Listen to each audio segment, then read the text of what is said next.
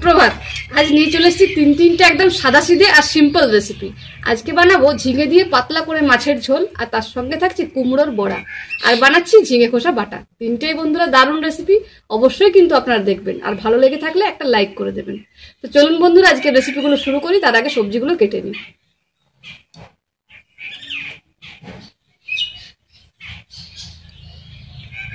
ঝিঙে দিয়ে মাছের ঝোলটা করার জন্য বেশ লম্বা লম্বা করে আমি ঝিঙেগুলো কেটে নেবো, আর এই খোসাগুলো রেখে দেবো, কারণ এই খোসা দিয়ে আজকে আমি খোসা বাটা করবো।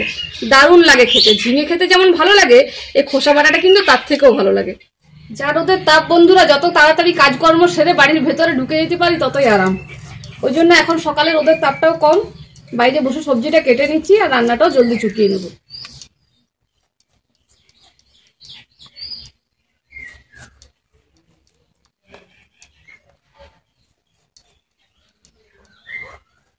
মাছের ঝোলের জন্য ঝিঙে আর আলু কেটে নিয়েছি, আর এখানে ঝিঙের খোসাগুলো আলাদা করে নিয়েছি।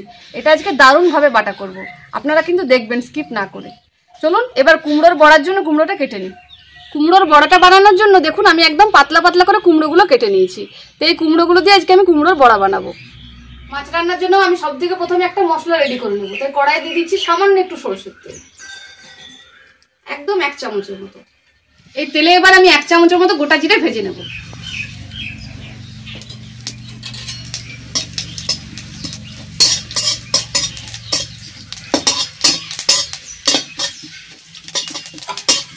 জিরেটা ভাজা হয়ে গেছে, এবার তুলে দেবো।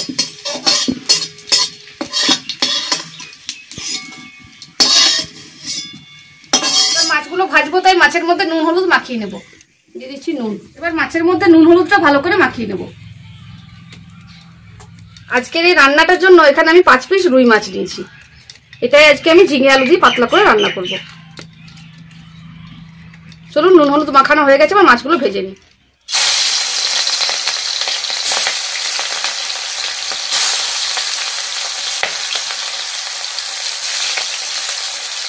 মাছের 1 পিস ভাজা হয়ে গেছে, এবার উল্টে দেবো।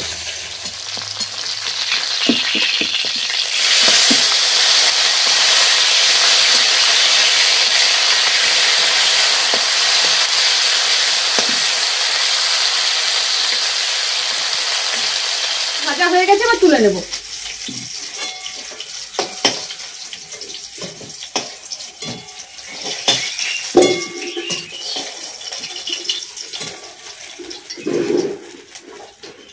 এবার মাছ ভাজার এই তেলটাতে আমি মাছের ঝোলটা রান্না করে নেব। তাই ফোড়নে দিয়ে দিচ্ছি 1/2 চামচ কালো জিরে, দিয়ে দেবো কটা চেরা কাঁচা লঙ্কা। আলুগুলো ভেজে নেব।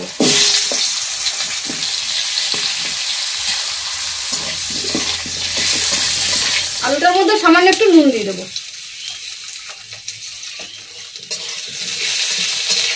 এবার দিয়ে দেবো 1 চামচের মতো আদা বাটা। আদা বাটাটায় আমি একটু জল দিয়ে দিলাম।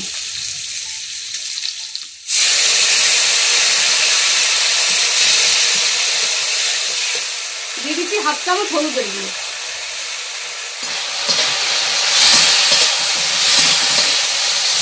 আলুটা ভালো করে কষানো হয়ে গেছে, এবার কেটে রাখা ঝিঙেগুলো দিয়ে দেবো।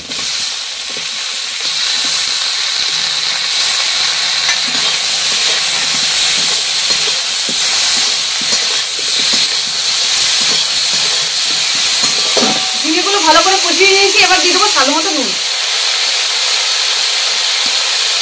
এবার দিয়ে দিচ্ছি 1/2 চামচের থেকে একটু কম চিনি। এবার দিয়ে দেবো জল।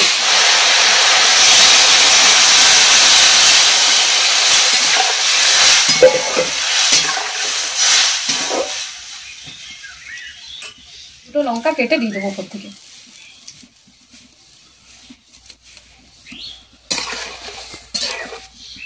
এবার মাছের ঝোলে দেওয়ার জন্য ভাজা জিরেটা গুঁড়ো করে নেব।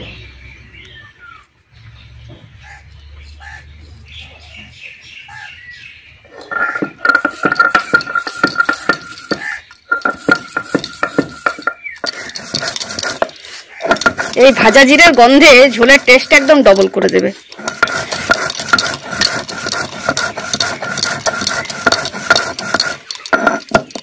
জিরেটা গুঁড়ো করা হয়ে গেছে, তুলে নেব। ঝিঙে আলু সব ভালোভাবে সেদ্ধ হয়ে গেছে, এবার ভেজে রাখা মাছগুলো দিয়ে দেবো।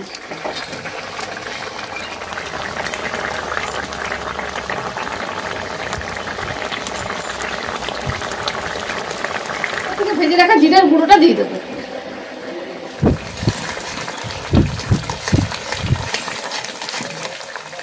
চলুন হয়ে গেছে, এবার নামিয়ে দেবো।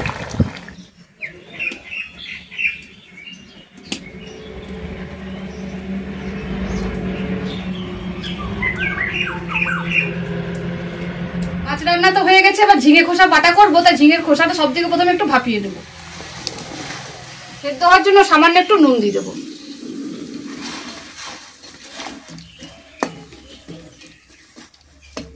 একটা ঢাকা দিয়ে দেবো। ঝিঙের খোসাটা যতক্ষণে সেদ্ধ হচ্ছে, চলুন ততক্ষণে কুমড়োর বড়া বানানোর জন্য আমি বেসনটা রেডি করে নিই।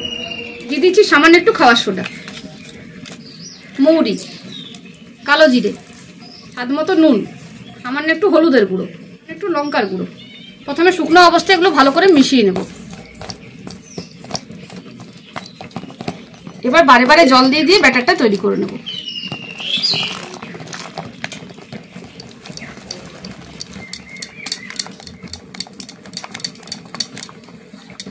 চলুন ব্যাটারটা বানানো হয়ে গেছে, এবার বড়াগুলো আমি পরে ভেজে নেব। খোসাটার জল শুকিয়ে গেছে আর ঝিঙের খোসাগুলো সেদ্ধও হয়ে গেছে। চলুন এবার নামিয়ে নেব। ঝিঙের খোসাটা এবার ভেজে নেব, তাই কড়াই দিয়ে দিচ্ছি সামান্য একটু সরষের তেল। এবার হাফ চামচের মতো কালো জিরে দিয়ে ফোড়ন দিয়ে দেবো। দিয়ে দিচ্ছি রসুন, ফাটিয়ে রাখা কাঁচা লঙ্কা,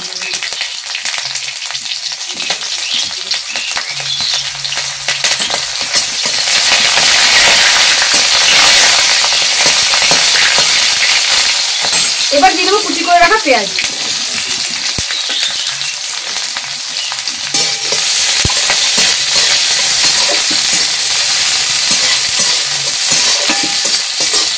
এবার দিয়ে দিচ্ছি স্বাদ মতো নুন, চিনি। এবার ঝিঙে খোসাটা দিয়ে দেবো।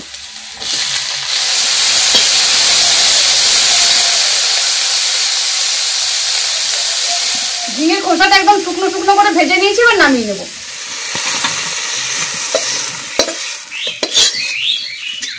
এবার কুমড়োর বড়াগুলো ভেজে নেব।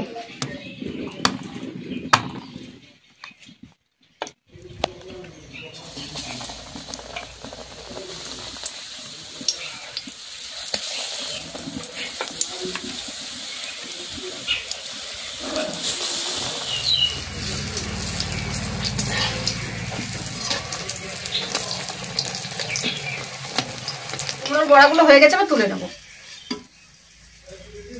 এবার বাকি বড়াগুলো ভেজে নেব।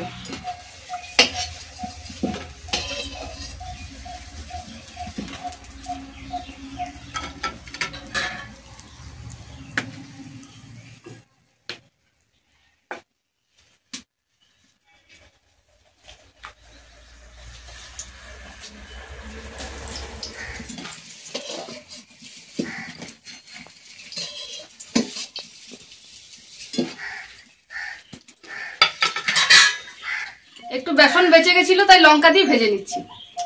লঙ্কাগুলোর মধ্যে সামান্য একটু নুন দিয়ে দেবো, আর লঙ্কাগুলো মাঝখান থেকে আমি একটু কেটে নিয়েছি।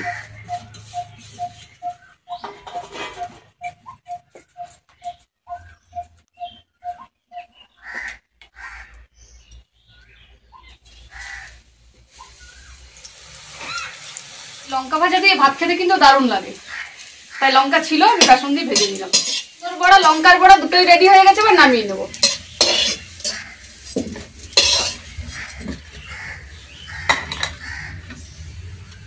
ঝিঙের খোসাটা খুব সুন্দর ঠান্ডা হয়ে গেছে, এবার বেটে নেব।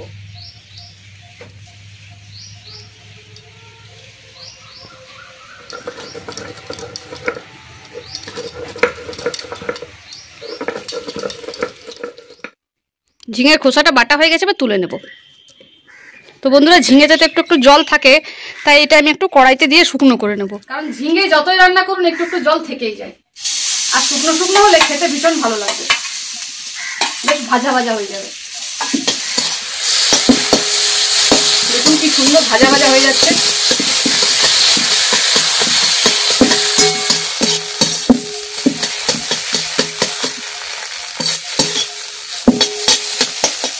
ঝিঙের খোসাটা আমার একদম শুকনো শুকনো করে ভাজা হয়ে গেছে, এবার তুলে নেব। দেখুন কি সুন্দর এক পিঠ লাল লাল হয়ে গেছে। চলুন এবার নামিয়ে নিই। রেডি হয়ে গেল আজকে স্পেশাল ঝিঙে খোসা বাটা।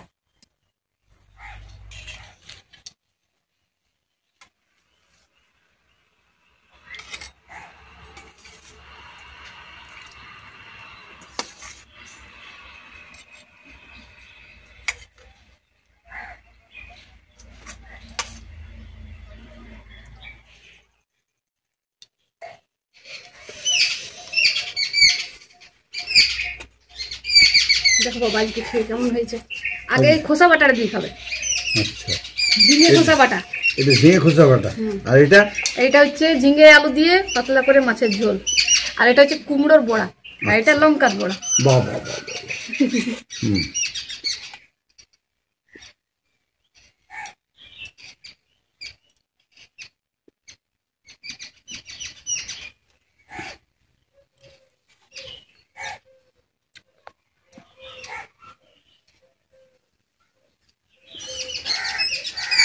হুম।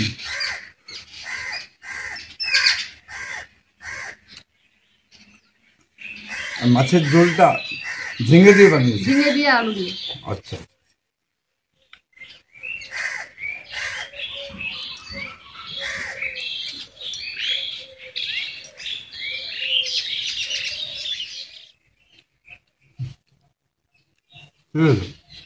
ভালো হয়েছে?